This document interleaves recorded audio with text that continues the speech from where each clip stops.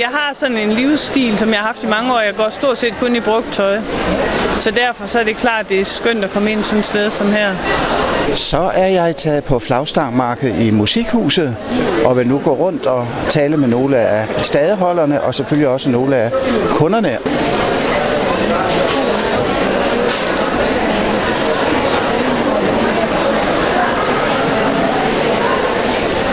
Det har været en rigtig dejlig dag, og en meget dejlig start på markederne heroppe i Musikhuset. Der har været så stor opbakning, så jeg er meget glad.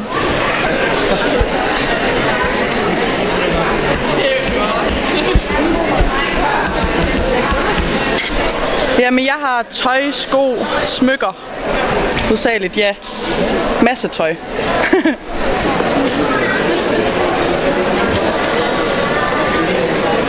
Det plejer jo at være i Mølleparken, og der har jeg jo haft markeder nede i sommerhalvåret i de sidste 3 år. Men der har været stor efterspørgsel på vintermarkeder, fordi der ikke er så mange, der holder dem. Og så nu har jeg lavet en aftale med Musikhuset, og det er jeg bare rigtig glad for. Og jeg har fået så god respons fra folk. De er meget glade for det nye tiltag. Hvad synes du ellers om ideen her? Jeg synes, det er helt vildt fedt. Altså, det har trækket helt vildt mange mennesker til. Altså, jeg troede slet ikke, det var så stort. Og det er helt vildt hyggeligt. Altså, man kommer i snak med alle mulige mennesker, og de andre, der har boder her, og det er vildt hyggeligt. Jeg kan rigtig godt lide at købe brugt tøj, fordi så bruger jeg ikke så mange penge på tøj. Så da jeg læste, at der skulle være det her inden i dag, så vidste jeg bare, at det skulle jeg selvfølgelig ind til. Så træffer jeg Marika Christensen, og hvordan har det været her i dag? Det har været rigtig fint. Der har været et godt flow af mennesker hele dagen, så det har helt sikkert været en succes.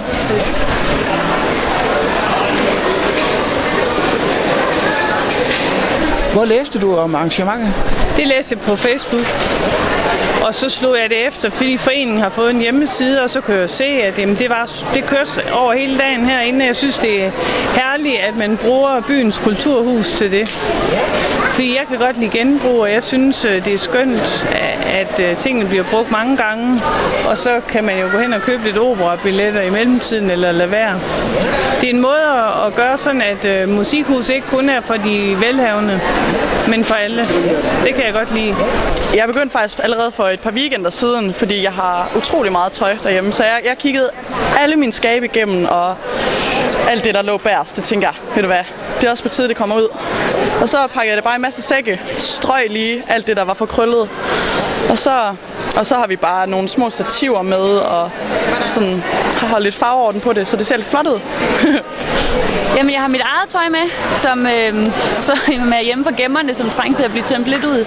Og så har jeg en lille butik, hvor jeg sælger vintage-smykker.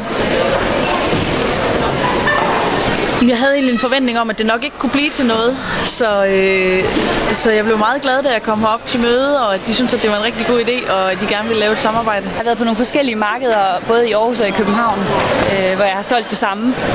Så det er rigtig populært med den her stand her, hvor folk bliver lidt tiltrukket af alle de her fine glimtende smykker.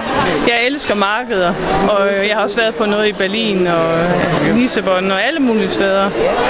Hvor synes du, det er allerbedst, Pia? Sådan? Det synes jeg faktisk, det er her i Aarhus. Jamen, jeg har egentlig bare altid syntes, at det var lidt spændende med smykker med en historie. Og så synes jeg, at det er fint at købe lidt bæredygtigt, at de har været brugt og elsket før. Så er det jo rart, at folk kan bruge dem og elske dem igen, i stedet for at gå ud og købe nye masseproducerede smykker. Jeg er en god shopper selv, så det er også godt, at jeg selv kan sælge lidt ud af mine ting, når jeg bliver træt af dem. Det er 4. år, jeg er lige begyndt på med det marked i dag her. Ja. Er der sådan et smykke her i sortimentet, som du synes har en særlig sjov historie? Jamen, jeg har jo mange af mine klipsøringe, som jeg har købt af en pige i USA, hvis far var gadesælger i 60'erne, hvor han gik og solgte dem fra dør til dør. Og han stoppede med det, og så havde han et gammelt lager tilbage, som hun ligesom kunne sælge videre. Så det synes jeg, det er en meget sjov historie.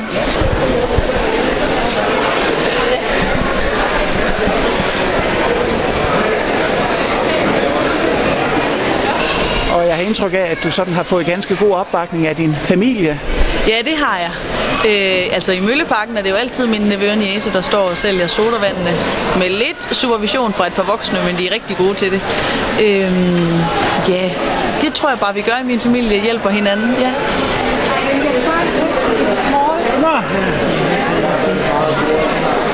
Tak for det. vi gav 400 kroner for bordet, og det synes jeg er fint, for så splitter vi det i 2, og så bare vi fik tjent dem ind, så sagde vi, så er det jo fint, så har vi ikke mistet noget ved det. Og det har vi, det fik vi hurtigt tjent ind igen, så jeg synes, det er helt fint. Men lidt tøj er der købt i dag og sådan? Ja, det er som regel min egen garderobe, jeg fornyer på den måde. Og så er jeg glad for, at iPhone er opfundet, fordi så når jeg støder på noget til min familie, så kan jeg jo lige tage et billede og sende hjem og spørge, er det noget? Og det er det tit, men i dag har mine teenagebørn selv været med herinde og købt alverdens ting og sager, de er så taget hjem, fordi de gad ikke at slæbe på det mere. Så. Ja, altså i Mølleparken har jeg jo et firma, der kommer og leverer bordene, og så har folk jo købt en stadeplads med et bord til, hvis de vil have et bord. Det har de gjort inden. Heroppe er det Musikhuset, der leverer bordene. Så der er kun én slags plads, man kan købe heroppe, og det er til 400 kroner, det er med et bord. Ja, og det er jo fordi, at i forhold til Mølleparken er der jo her i Musikhuset enormt mange hensyn at tage til brandveje og ting, der skal være i orden.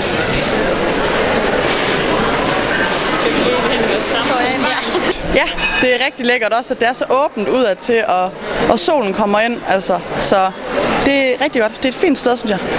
Men man kan vel også sige, når man går rundt på sådan en marked som det her og ser mange ting, ældre ting og så videre, at det er også, der er lidt nostalgi i det, ikke? Det er det, ja. Men det interesserer mig egentlig ikke så meget. For jeg går til mange loppemarkeder også, der får jeg nostalgien. Men jeg synes, det er sjovt at se på tøjet og snakke med alle de mennesker, der står og sælger det. Så det er det, jeg kommer efter. Og lige her til sidst, har du sådan besøgt andre, hvad kan man sige, markeder? Jeg plejer at være på det på Engerslev Boulevard om sommeren. Det synes jeg er rigtig fint. Så det er jeg selv stor fan af, at gå på loppemarkedet. Altså, det har ikke helt fundet sin form. Der er jo mange ting, man skal lære, når man starter et nyt sted, og nogle erfaringer, man først kan gøre sig, når man ser det hele ske live, ikke? Så der er jo der er noget med standpladserne, og hvordan de er placeret, og også så folk får en god oplevelse. Det er rigtig, rigtig vigtigt, at man føler, at man har ordentlig plads, og at man sælger godt, og at folk kommer forbi ens plads i et godt flow og sådan. Så det bliver lidt anderledes næste gang. Og nu lukker det her om et øjeblik, men jeg ved ikke, er I med næste gang igen? Det håber vi på, ja. Det er helt sikkert. Det har været en succes, så jeg vil rigtig gerne prøve det igen.